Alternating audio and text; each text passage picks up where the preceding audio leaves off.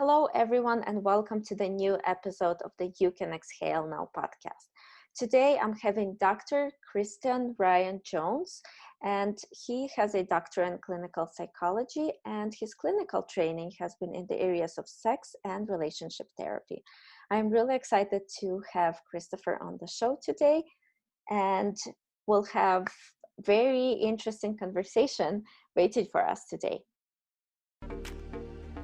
Welcome to You Can Exhale Now, a mindful living podcast for the modern pace, hosted by Lesia Liu. This podcast is for anyone who wants to get more out of life without the burnout. Because when you learn to take proper care of yourself, you have more energy, a more positive outlook, and more gratitude for life. And because you cannot reach your goals if you're tired, overwhelmed, judgmental, angry, and feel sorry for yourself. Each episode, you will learn actionable strategies for self-care, mental health, productivity, better life-work balance, and happiness from coaches, therapists, and experts. Stop holding your breath. You can exhale now. Choose to be a more authentic version of yourself than you've been in a while. Christopher, welcome to the show. Thank you so much for having me. So why don't you tell us more about you and how you ended up being a sex therapist? Yeah, so it's a fun little story. As an undergraduate student, I wasn't really sure what I wanted to do. Um, I did end up studying psychology and religion, and as I began to study more in psychology, my first job doing anything was with the Army Substance Abuse Program. And while I was working with the Army Substance Abuse Program, I was so overwhelmed by the number of problems that came from substance abuse, whether it was relationship issues or, as you can imagine, and which is the case often, there are situations where maybe too much alcohol was involved and there were sexual issues, either sexual dysfunctions that can be caused by the overuse of substances or even unfortunate incidences such as rape and things that occur without consent. And I, like most people who study psychology, this is not something that you really spend a lot of time looking into, believe it or not. Even most doctoral programs, the curriculum for a doctorate in psychology usually only has one or two courses in human sexuality. And so I focused at that point in my master's program and in my doctoral program looking into human sexuality and understanding human sexuality because it's such an important part of our makeup and our being, and the way that we think as people is often related to our experiences, and that is influenced by our sexuality and sexual preferences and as being a sexual being. Mm-hmm. Yeah, absolutely. And I think you touched on an important point. Obviously, sex is an important part of our lives, like you said, and there are multiple benefits to our bodies and our mental health. And yet, sex is somewhat of a taboo still to this day. And, like you said, even though you studied psychology, there were very few courses and very few um, training options available in that. Why do you think that is? Why sex, even though we had the sexual revolution in the 80s and the 90s, why to this day it's still a taboo topic, even when we're talking about health? It's very interesting. I'm fortunate enough to lecture all over the world, and it really doesn't matter where I go. I'm often confronted with this taboo. You know, Originally from the United States, and a lot of people from the US have this idea that even Europeans are so much more advanced in their thought process when it comes to sexuality. But I can tell you, working at college campuses in Europe, that even subjects like masturbation are areas where people don't really feel comfortable talking about. And I think if we look at the whole and we look at the way people view sex and the different conceptualizations of sex, one thing is predominant, and that is that people are uncomfortable talking about what they don't fully understand themselves. And I see this with a lot of clients who come in who are very ashamed and very upset, that their sexual functioning isn't going exactly like they think it should be. People have this idea that sex is always something, and it is. Sex is very normal. It's something that's very natural. And that's true, but when they find that it doesn't always work the way they imagine, it's become something very embarrassing to talk about. But at the same time, because sex is such an important part of our being and our person, some of our greatest joys come from sex and a relationship. But these are also the cause of some of our deepest pain. And so I think people really have trouble talking about something that they think is so natural that people should just automatically be able to do and function at optimal levels at all time without any problems. And so there becomes this internal conflict as well. Hmm.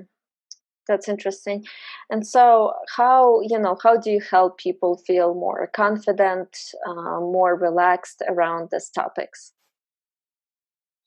It really depends on the person, and people are often surprised.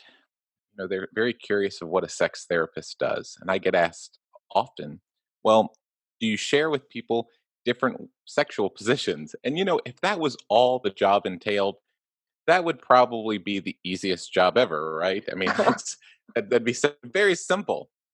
But often you have various problems. You could have a client who had been the victim of a rape and they're dealing with the trauma and the impact that that trauma has had on not only them personally, but on their relationships, the inability to get close to someone else, or the inability to engage in intercourse or be intimate at any level with a partner without having various flashbacks. Or you could have a couple who had perhaps been married for a long period of time, and perhaps the husband has had prostate cancer and now he has problems achieving an erection, and so he feels less of a man. So it really impacts his self esteem and his ability to please his wife and to fulfill this conception of masculinity that he has. So it impacts him not only in the relationship, but the way he feels about himself. Or, if you look at sexual dysfunctions and the way that they play on not only the person's self worth, but in the problems and difficulties that it causes them to have a relationship, not just because of the dysfunction, but because of the damage that it does to their person. And so I find that for a lot of people, these are very difficult topics to discuss, as you can imagine. Nobody wants to talk about, failure in these areas. And one of the easiest and I think the most appropriate thing, and one of the things that I always try to do with all of my clients, is to really let them have an environment where they are comfortable to discuss these very personal issues in a very judgment free and very accepting environment that's very sex positive. And I think that's a very important key too, because so many people do come already with this sex negative mentality, and allowing them to be comfortable to express themselves and how they feel is essential. Hmm. Yeah, and I like that you said, sex positive image, because we all want to think of sex, being related to love and joy and pleasure and connection. And yet, a lot of times, sex topics or our sex lives bring up, frustration, disappointment, anger, maybe guilt, maybe hurt.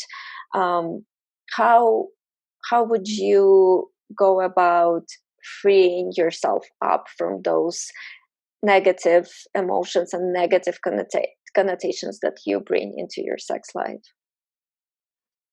So many people approach relationships and the idea of sex, which is we've all been influenced by our background, obviously. We've all been influenced by our environment, the thoughts of our parents, the way that they viewed sex, the way that sex has been demonstrated and shown to us as we go through the developmental ages, what we see on television, what we see on the internet, all of these things influence our conception of sex.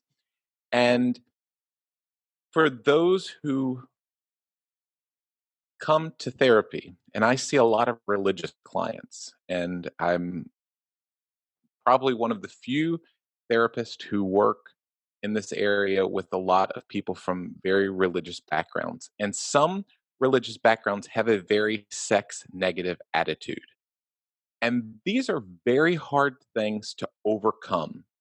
And at the same time, they create such an internal struggle because the person is thinking, my religion teaches this, but my body and my person feels this way. And how to make harmony with the two when we are dealing with, and what we know about sexuality and what we know about us being sexual beings, is a lot of this is very neurological. And so there's even what's known as um, there's neurological studies for understanding why we develop these interpersonal relationships and attachment theories.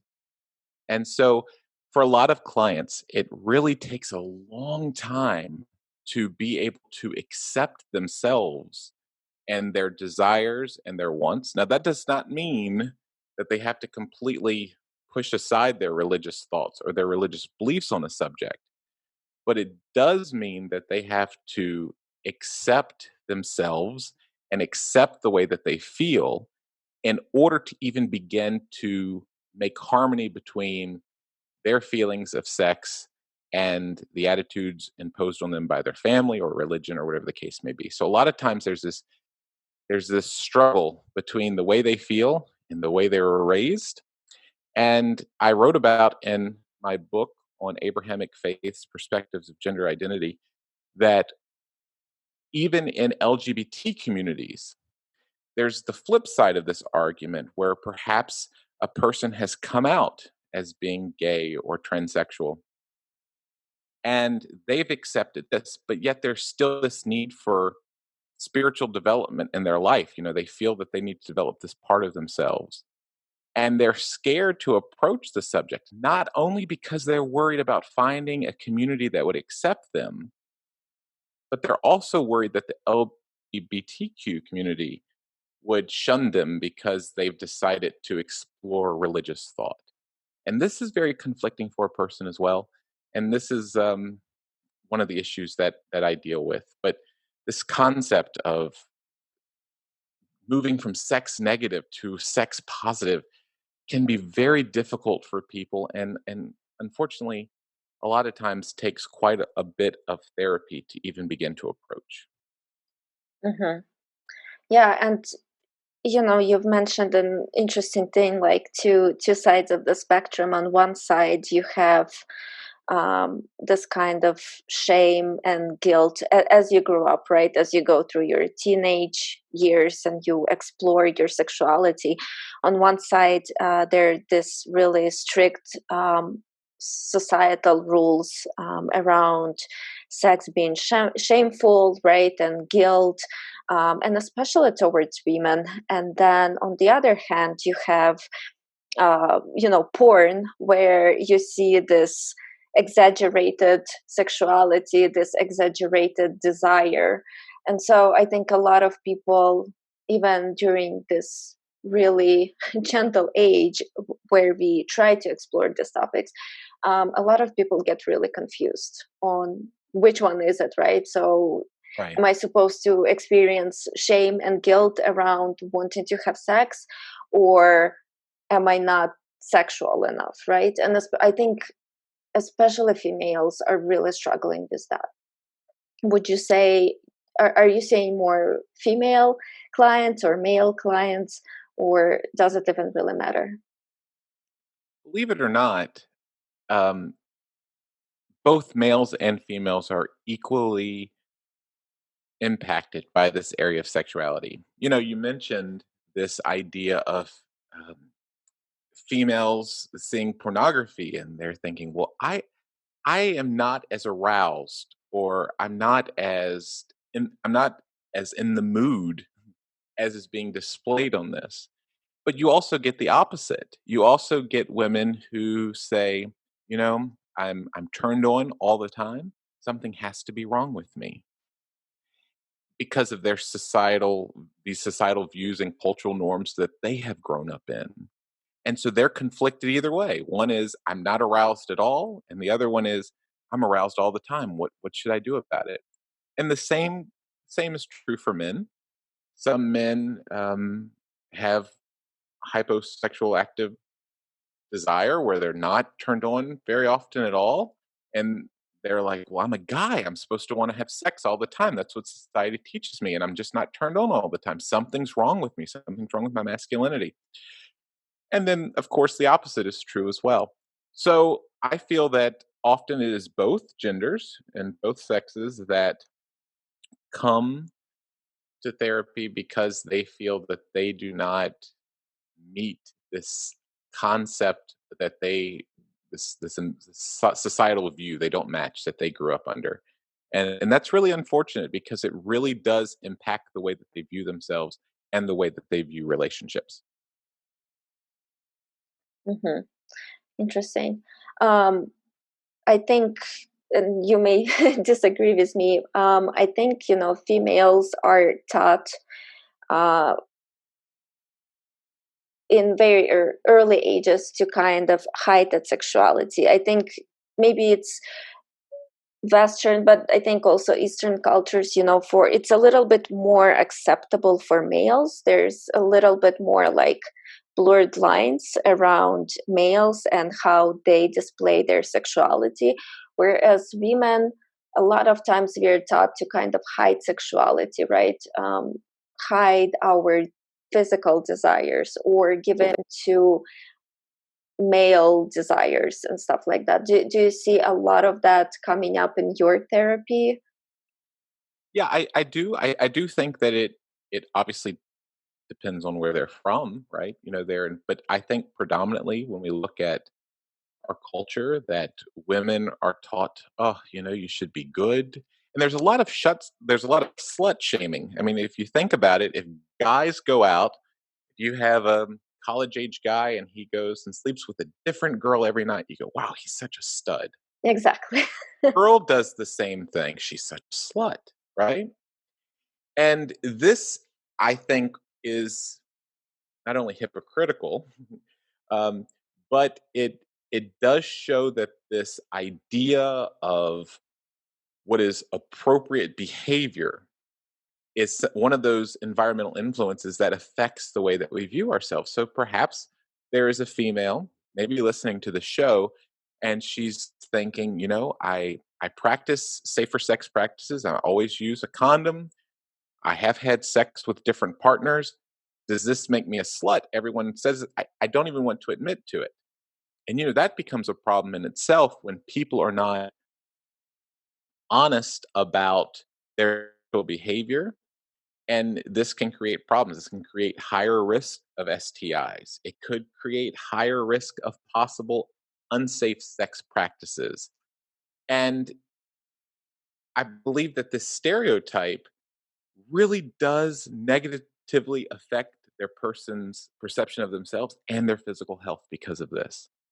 And perhaps maybe because of social media, that this is starting to change some. But it's still odd because you will have guys on social media who will contact females asking them for nude photos, if you will, or to hook up. Mhm. And when a girl refuses, they still get labeled a slut. And so there really is still this difference in idea between what is appropriate for a male and what is appropriate for a female. And hopefully we begin to move to grounds where there's more of a of a there's not so much of a double standard. Mhm. Yeah. Would you say, in your own therapy practice, do you see a lot of people getting affected by, the hookup culture, the Tinder culture, and maybe sometimes just looking for, sex with no strings attached, no relationships to show for the sexual intercourses? I do. Actually, I recently told people that I'm on Tinder, not the app, but they have a have a blog that they had me featured in recently. But when it comes to social media and hookup apps, this is a predominant part of culture today. And this is very much a norm. The issue though, and I will tell you, I'm a little bit old fashioned, and maybe that's not good in sex therapy, but I do think people have much more fulfilling sexual relationships with sexual encounters when they're in a relationship with a person. Absolutely. And I do think that that is very important. And I see for clients who are on social media and they are on Tinder or Grinder or whatever, they may have more encounters, but they are often left not fulfilled. And that continuously makes them look for more. And this creates a lot of issues for them as well. You know, they might hook up with a guy or a girl, and then afterwards, that guy or girl blocks them. And so it really impacts their perception of self. And for some people, they continuously use these type of apps. And I'm not saying these apps are wrong. If you are comfortable with it and this is what you're looking for, by all means, as long as you're healthy and safe using it, it's no problem. But for some people, they use these apps and they're unable to connect emotionally with the person. They might connect physically and sexually, but they're unable to connect emotionally and intellectually with the person. And it really has an impact on their self-esteem because they're continuously searching for something and they can never be fulfilled. Hmm. But another argument could be made, with those like hookup apps and stuff. People are looking for more experiences to kind of understand themselves better, maybe understand the opposite sex a little bit better, to, I guess, quote unquote, get more experienced in sex. So the thought there is, once I meet that person and I'm ready to settle down, I've had this wealth of experiences and wealth of techniques, if you will, to kind of to finally settle down and be fulfilled. Do you see any merit in that, or is it just kind of an excuse for not being fulfilled emotionally in the meantime? As I said, I if a person is happy doing that, that's fine. You know, and there are some. I have seen clients who do not want a relationship. Perhaps they're busy with education or their profession, but they still feel the need to fulfill these intimate desires that they have, and they're happy with that. I think it's important to express what you want and your intentions with whoever you are hooking up with. But at the same time, I see many people, and you are right. I have had conversations with women who, especially college age women, who have said, I'm very embarrassed. I don't know anything about fellatio, and I'm worried if I find a guy and I like him, then he's not going to like me because I'm not good at performing fellatio. For someone like this, though, I do have to say if your entire relationship is based on your ability to perform sexually, then that relationship may not be as fulfilling as you're hoping that it will be in the long term. And I feel often that many guys, and they have said this, that they are not necessarily disappointed when a girl has less experience because after all, this is a great time for you to practice with the person that you're with and to learn what that person likes because everyone's different. You can have sex with 20, 30 people and then find the person another person who likes sexual positions differently. They like to have sex different places. They have different turn-ons. We are all very unique. We are all very individual in what we like, what we dislike, what turns us on, what turns us off, what gets us on, what gets us off, all of these things. So I think it's more important, not so much experience, but exploring with your partner what both of you like so that you can have a meaningful and enjoyable sexual experience with that person. Mhm. So it looks like it all comes down basically to just getting comfortable with yourself and your sexuality. And I think there's still, there's a lot of shame and guilt, even if you go out and you do something enjoyable in that moment, there is anger or guilt that kicks in later. So do you have any like specific strategies for people to get more comfortable with themselves, explore their sexuality, explore what they like and dislike in a safe environment?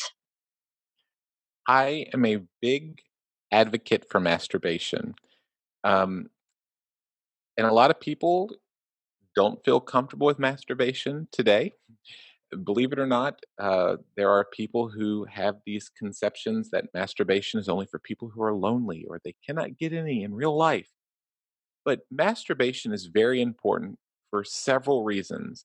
There are many health benefits to masturbation, decreased stress, helps with your immune system, helps you to sleep better. All of these things are great. However, it's also very good for you to explore your body. It's important to understand what you like sexually and what you don't like sexually, and all these various nuances that are specific to you and your body so that you can communicate these with your partner. So it's good for you to know yourself, but it's also good for you to communicate with your partner so that when you're having a sexual encounter with your partner, you can tell them, hey, I like this, I like that. It makes it much easier to figure out what you both like when you are together as well. So masturbation has a lot of merit. And I do recommend that people participate in masturbation, especially now when many of us are on quarantine. This is a great time to light a few candles, play some romantic music, and have a good evening with yourself. Take some time to leverage this COVID-19 situation. Absolutely. Okay, that's awesome. So let's say you do get more comfortable with yourself, and then what about when you are in relationship? I think people a lot of times are afraid to hurt their sexual partner, right? Afraid to hurt their feelings if they dislike something or if they have concerns. How do you recommend people go about opening up this communication channel with their partner in safe and loving way where at the end the couple and their relationship benefits from opening up these conversations? So you're right. I do think that couples need to communicate these things. And this is often um, a problem. It's a problem to communicate these things with someone. And so I think one of the best ways to do that is after you've had sex, you're laying in bed, you can kind of discuss, I really liked when you did this. And if you focus more on the things you did like as opposed to the things you didn't like, yeah, focus on the things you did like when you're communicating and not so much the things you didn't like, it can come across in a much more positive way. At the same time, though, from my experience, it isn't so much people have trouble expressing to their partner what they don't like because, believe it or not, most of the time people say, "Oh, I don't like that. Stop it." Right? They don't. This happens a lot more often. What I don't see happen and what causes a lot of difficulties is a lot of times a partner has trouble expressing to their partner what they would like to do or what they would like to try because they're fearful that their partner may judge them or look at them differently because they have those sexual interests. And I see this very often. a female may want to try BDSM, but she's afraid to express this to her partner because she's not sure how he would react. And or any other thing, a guy might say, "Hey, honey, you know, in his mind, he's thinking he'd like to do role play, but he's fearful that if he tells her, she'll think, "What's wrong with you?" He's fearful of these negative responses. But I think that if you are in a relationship and you are comfortable enough to have sex with your partner, then you should be comfortable enough to express to your partner your wants and your desires because there should be this level of trust. And this is what builds a meaningful relationship and what builds meaningful and incredible sexual experiences. When you have a trust between partners and you have communication between partners, to where even if you're in the middle of intercourse, you can say to your partner, "Hey, can you move to the left? Can you move to the right?" without your partner being offended, because it makes the encounter so much better for each of you. And it ensures that if each of you are having a pleasurable time, you're most likely going to participate in sexual activity together more often. Hmm. That makes sense.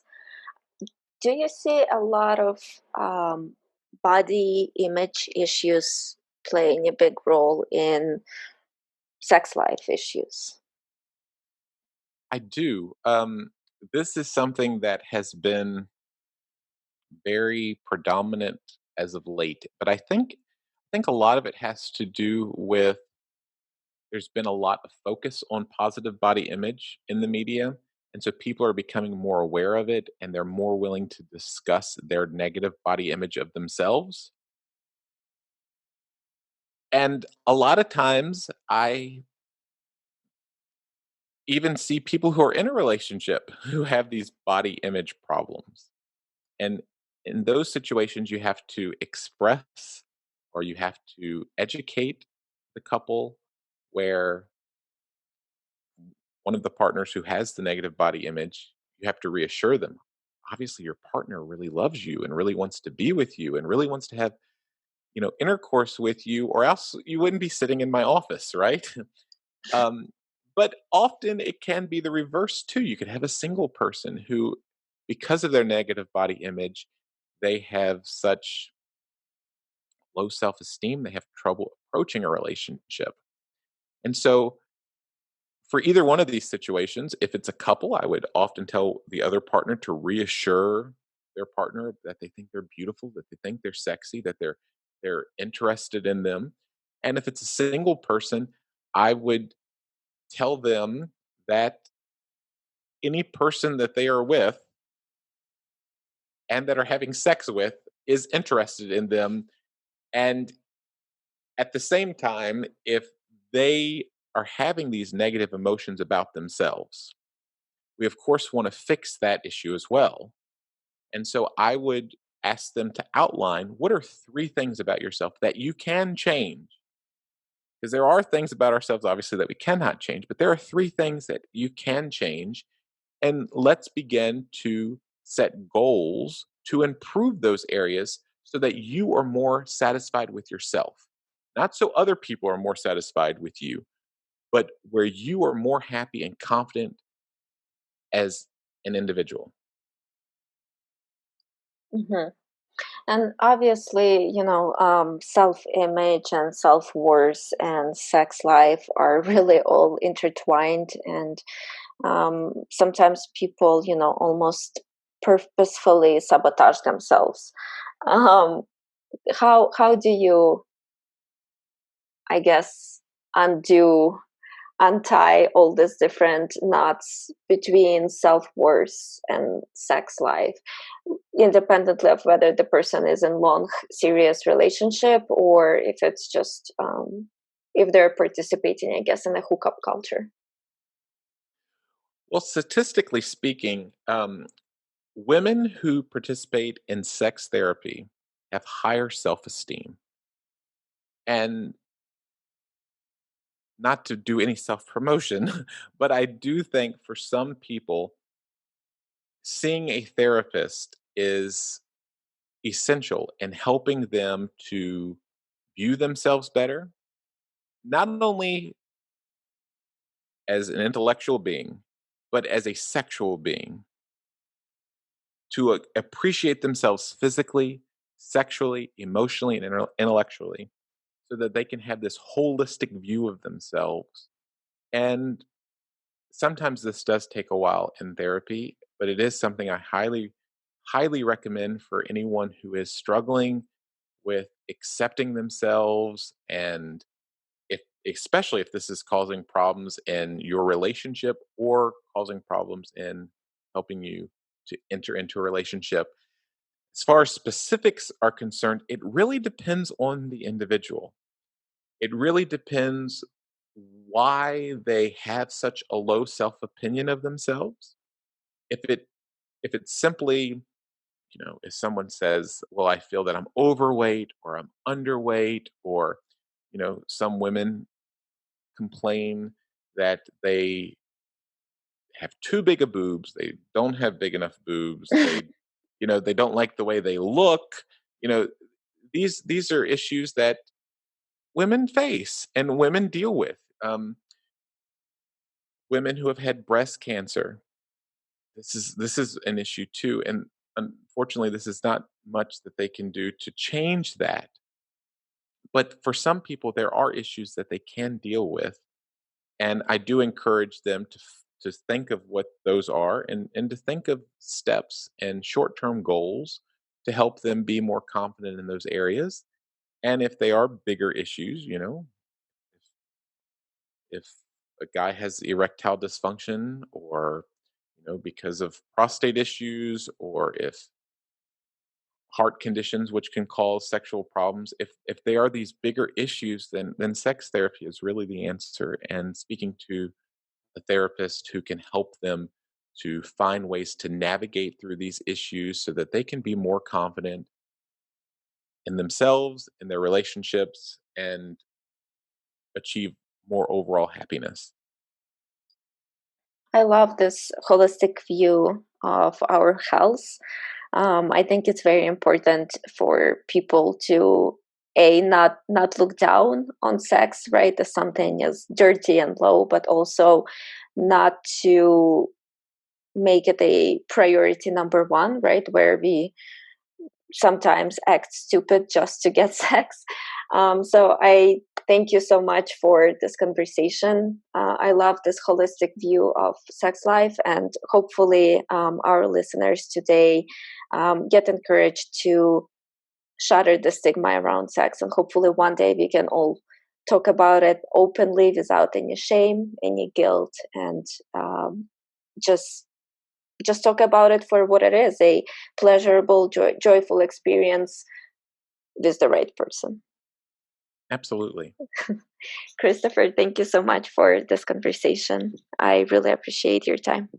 Thank you so much for having me. It's been a pleasure. And for our listeners, you will be able to find all the contact information for Christopher Ryan Jones in the episode notes below. So definitely check out his Facebook and his Instagram. I think you will find a lot of very interesting content.